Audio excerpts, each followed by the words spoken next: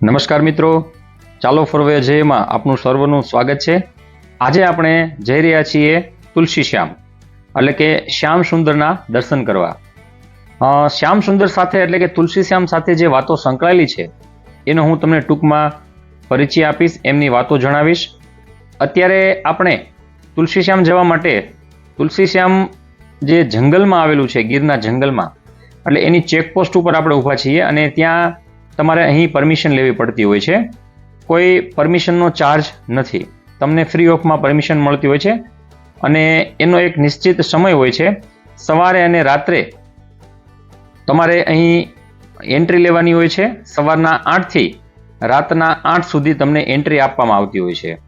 તમને એન્ટ્રી મળ્યા બાદ તમે આ ગેટથી લઈને બીજી બાજુના ગેટ એટલે કે દીવ તરફ, ઉના તરફ જવાના રસ્તા તરફથી નીકળી શકો છો અને ત્યાંથી જો આવો તો ધારી તરફના રસ્તે પણ તમે નીકળી શકો છો।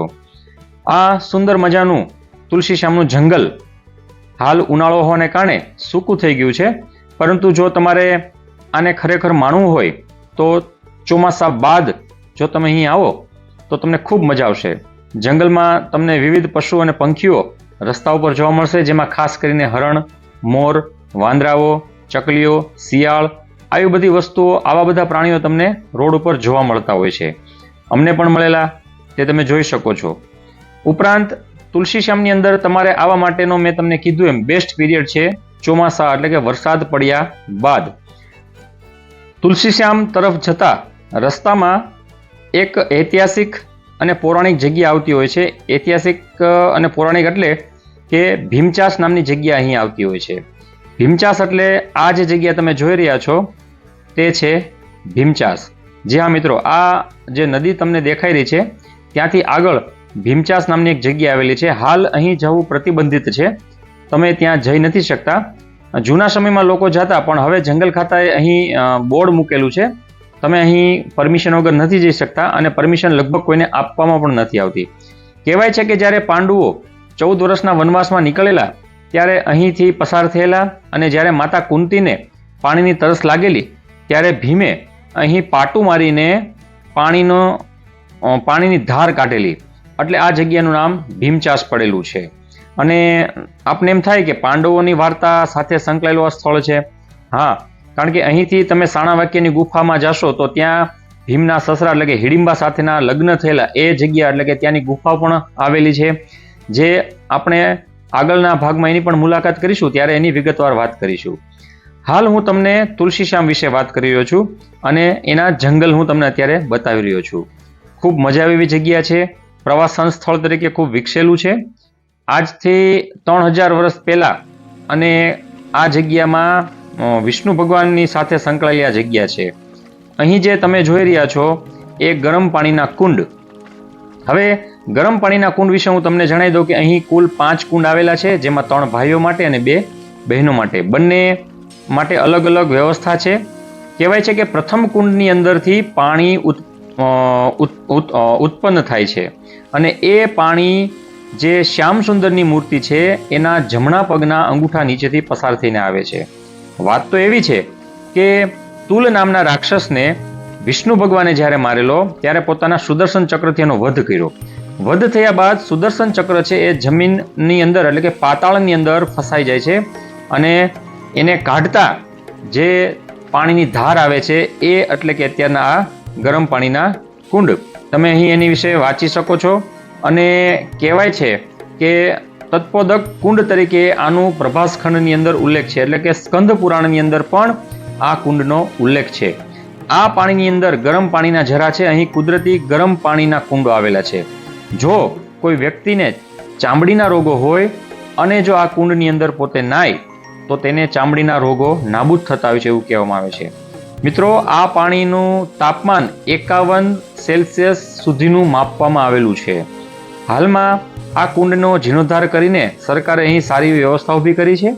ઉપરાંત દર 15 દિવસે એટલે કે અમાસ અને પૂનમના દિવસે આ પાણીને બદલવામાં આવતું હોય છે અને આ પાણી અત્યારે ચોખ્ખું પણ હોય છે અને આ પાણીને લોકો નાહીને પોતાના ચામડીના રોગો પણ મટાડતા હોય છે। તો વાત હવે આવે છે આપણે તુલસી શ્યામ જગ્યાની વાત કરીએ। ગરમ પાણીના કુંડ વિશે મેં તમને કીધું કે તુલ નામના રાક્ષસને મારીને જે સુદર્શન ચક્ર કાઢેલું એટલે આ ગરમ પાણીના કુંડ ઉત્પન્ન થયેલા. હવે આપણે તુલસીશ્યામ મંદિરના ગેટ તરફ જઈ રહ્યા છીએ. જે પહેલો ગેટ આવે છે એનું નામ છે તુલસી ગેટ. તુલસી ગેટથી તમે અંદર જાશો એટલે શ્યામ સુંદર ભગવાનનું મંદિર તમને જતા ડાબી બાજુ જોવામાં આવશે. અને આ જે મૂર્તિ છે એ કાળા પથ્થરમાંથી બનાવેલી છે.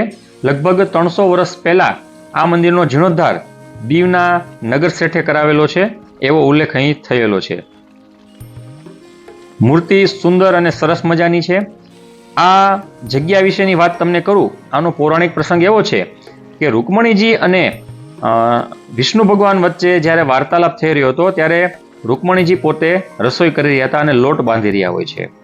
એ વખતે તે ભગવાન સાથે મીઠો ઝઘડો થઈ જાય છે અને ભગવાનને એવું કહે છે કે તમારી સાથે જેટલા અવતાર જે થયા એની અંદર સ્ત્રી પાત્રને તમે ખૂબ માન આપ્યું છે અને પોતાની આગળ સ્થાન આપ્યું છે, જેમ કે સીતારામ, લક્ષ્મીનારાયણ, તો મારું કેમ નામ નથી એમ.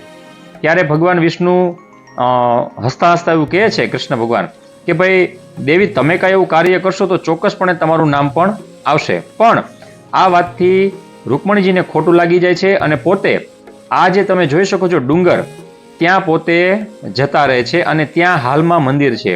હવે માતાજી ઉપર તો જાય છે રૂકમણીજી, પણ પોતે જે કામ કરતા હોય છે, એટલે કે પોતે લોટ બાંધતા હતા, તો લોટનો પિંડો લઈને ઉપર જાય છે.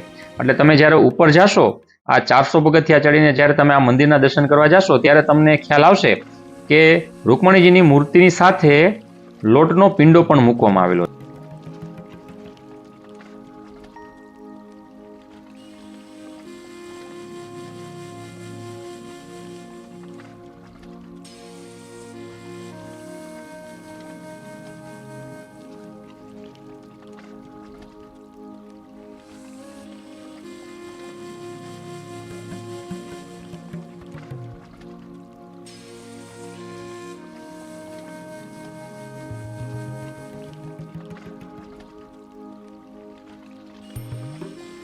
ખૂબ ભવ્ય મંદિર છે અને શ્યામ સુંદર એટલે કહેવાય છે કે શ્યામ એટલે કે કાળા રંગની મૂર્તિ, એમ છતાં સુંદર સ્વરૂપ બિરાજમાન હોય, શ્યામ સુંદર એવું નામ અપાયેલું છે. તુલસી શ્યામની અંદર દિવસમાં 3 વખત ભગવાન શ્યામ સુંદરની આરતી કરવામાં આવે છે. ઉપરાંત એવું સાંભળવામાં આવેલ છે કે 2 સમય સવાર અને સાંજે જ્યારે આરતી થાય છે ત્યારે મંદિરના શિખર ઉપર મોર બિરાજમાન હોય છે અને આવો નિત્યક્રમમાં જોવા મળતો હોય છે. તો આ પણ એક લાભો છે. જ્યારે તમે અહીં આવો ત્યારે જો શક્ય હોય તો આરતીનો લાભ ચોક્કસ લેજો. અત્યારે હું તમને ભગવાનની મૂર્તિના દર્શન કરાવીશ. પ્રથમ તમને અહીં જે શ્યામ ભગવાનના આરતી માટેનો જે સમય છે, સવારે 7 કલાક અને સાંજે જે સમય છે એ બધું અહીંયા લખેલું છે. તમે વાંચી શકો છો, જોઈ શકો છો. બાલભોગ અને રાજભોગ આ બધું પણ અહીં ધરવામાં આવતું હોય છે. હવે તમને હું અહીંથી બહારથી જ શ્રી શ્યામના દર્શન કરાવીશ. તો તમે અહીંથી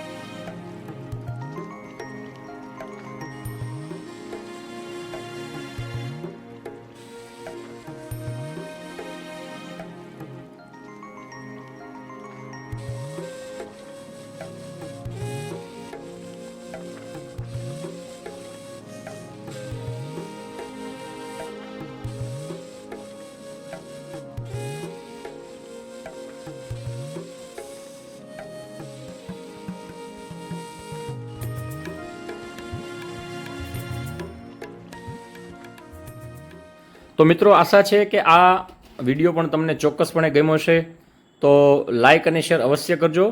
ફરી મળીશું એક નવા વિડીયોની સાથે. આભાર. જય દ્વારકાધીશ.